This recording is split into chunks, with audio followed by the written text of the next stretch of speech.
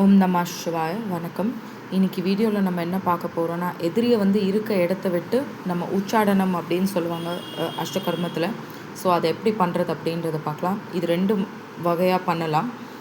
ஒன்று மயானத்தில் 6 அமாவாசைக்கு நான் கொடுத்துருக்க யந்திரத்தை ரத்தத்தில், கோழியோட ரத்தத்துலேயோ இல்லை மாட்டு ரத்தத்துலேயும், அதாவது மயான சாம்பலும் அதுவும் கலந்து நீங்கள் உங்கள் விரலால் நீங்கள் தரையில் பூமியில் பிணம் எரிக்கிறாங்க இல்லையா, இல்லை புதைக்கிறாங்க இல்லையா, அதுக்கு முன்னாடி நீங்கள் உட்காந்து இந்த யந்திரத்தை நீங்கள் வரைஞ்சி அந்த மயான சாம்பல் அந்த மண், அதாவது புரியுதுங்களா, அந்த மண்ணில் அது படுற மாதிரி வரைஞ்சி, இது ஃபஸ்ட்டு மெத்தடு நான் சொல்கிறது.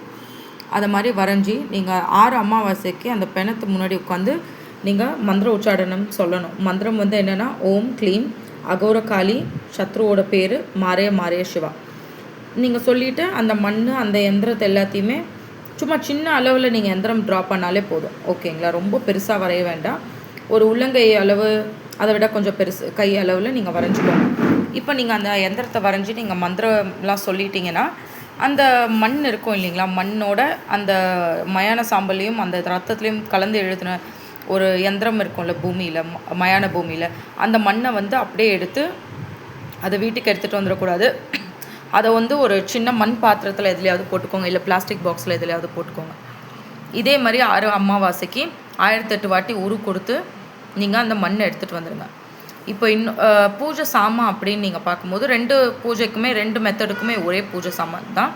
வெத்தலைப்பாக்கு, பூ, பழம், தேங்காய், அவல், பொரி, கடலை, இது கண்டிப்பாக வேணும். தண்ணி உங்களுக்காக தண்ணி எடுத்துகிட்டு போய்க்கோங்க, ஒரு பாட்டில் தண்ணி எடுத்துகிட்டு போய்க்கோங்க. சும்மா ஒரு டம்ளர் தண்ணி, அம்மா ஏன்னா காலி வச்சு பண்ணுறதுனால ஒரு டம்ளர் தண்ணி அம்மா வந்தால் குடிக்கிறதுக்கு கொடுக்கணும். ஸோ அங்கே தண்ணி வச்சுக்கோங்க. கோழி கண்டிப்பாக எடுத்துகிட்டு போகணும். கருப்பு கோழி நீங்கள் அதாவது வரைகிறதுன்றது, நீங்கள் கோழி பலி கொடுத்த பிறகு அதோட ரத்தத்தையே ஒரு சின்ன பாத்திரத்தில் எதையாவது பிடிச்சி அந்த ரத்தமும் அந்த மயான சாம்பலும் கலந்து தான் நீங்கள் அந்த யந்திரத்தை வரையணும். ஓகேங்களா, வரைஞ்சி நீங்கள் இந்த மந்திரத்தை சொல்லிவிட்டு நீங்கள் எடுத்துகிட்டு வந்தால் பூஜை பொருள் இவ்வளோ தான். கோழி அங்கேயே போட்டு வந்துடணும், அதை சாப்பிடக்கூடாது எப்போவுமே.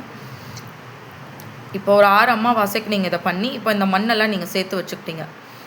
உங்களுக்கு சத்ருவோட வீடு ரொம்ப டார்ச்சர் பண்ணுறாங்க, இருக்க கூட விட மாட்டேங்கிறாங்க, உங்களை நிம்மதியே இல்லாமல் பண்ணுறாங்கன்னா, அவங்க வீட்டு முன்னாடி கொண்டு போய் நீங்கள் இதை போட்டுட்டிங்கன்னா, நீங்கள் யார் பேர் வச்சு அவங்க மாறன மாட்டீங்களோ அவங்க இறந்து போயிடுவாங்க. அதுக்காக நாளைக்கே செத்து போயிடுவாங்களான்லாம் கேட்கக்கூடாது. ஏன்னா அந்த மாதிரி இருக்கவங்களாமும் இருக்காங்க. அவங்களோட கால நேரம், அவங்களோட கிரக பொசிஷன்ஸ் பொறுத்து அது மாறுபடும்.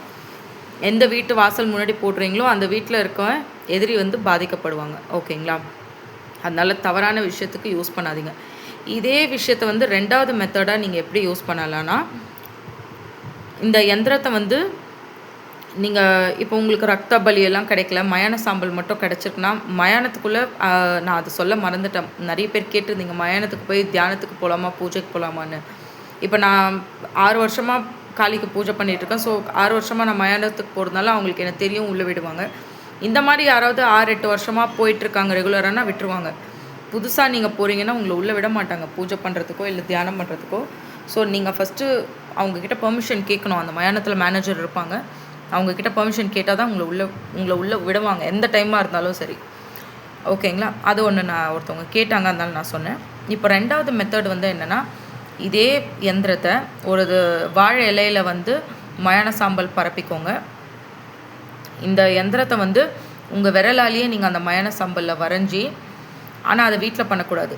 ஏதாவது காடு இல்லை அருவி போகிற இடம், மலை, எனக்கு தமிழில் சொல்ல வரல, காடு மாதிரி இருக்க பிளேசஸில் பண்ணணும். இல்லைனா லேக் பக்கத்தில் இருக்க பிளேசஸில் பண்ணலாம், காலியான இடத்துல பண்ணலாம். ஓகேங்களா, இதை மயான சாம்பல் எடுத்து வாழை இலையில் வச்சுக்கோங்க. காளிக்கு கண்டிப்பாக விளக்கேற்றிக்கோங்க, அரளிப்பூ போட்டுக்கோங்க. அதை நான் சொல்ல மறந்துட்டேன். மயானத்துக்கும் காளியோட ஃபோட்டோ எடுத்துகிட்டு போகலாம். நீங்கள் எடுத்துகிட்டு போகிறதானே எடுத்துகிட்டு போகலாம்.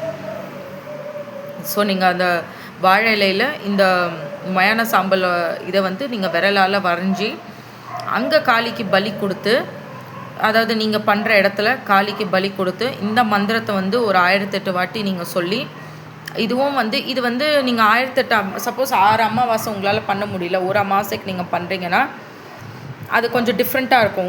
உங்களுக்கு அது தெரியும். ஏன்னா எடுத்தோடனே யாருக்குமே மாந்திரிகம் எடுத்தோடனே ஒர்க் ஆகாது, அதுக்கு டைம் ஆகும் எல்லாருக்குமே. ஸோ அப்போ நீங்கள் ஃபஸ்ட்டு உங்களால் 6 அமாவாசை பண்ண முடியல அப்படின்ற பட்சத்தில் நீங்கள் இதை ரெகுலராக வந்து ஒவ்வொரு அமாவாசைக்கும் நீங்கள் இதை வாழை இலையில் பரப்பி இதை எதிரியோட அதாவது அந்த மயான சாம்பலில் இந்த எந்திரத்தை வரைஞ்சி நீங்கள் அந்த மந்திர உச்சாரணம் சொல்லி இதை கொண்டு போய் எதிரி வீட்டில் போடலாம்.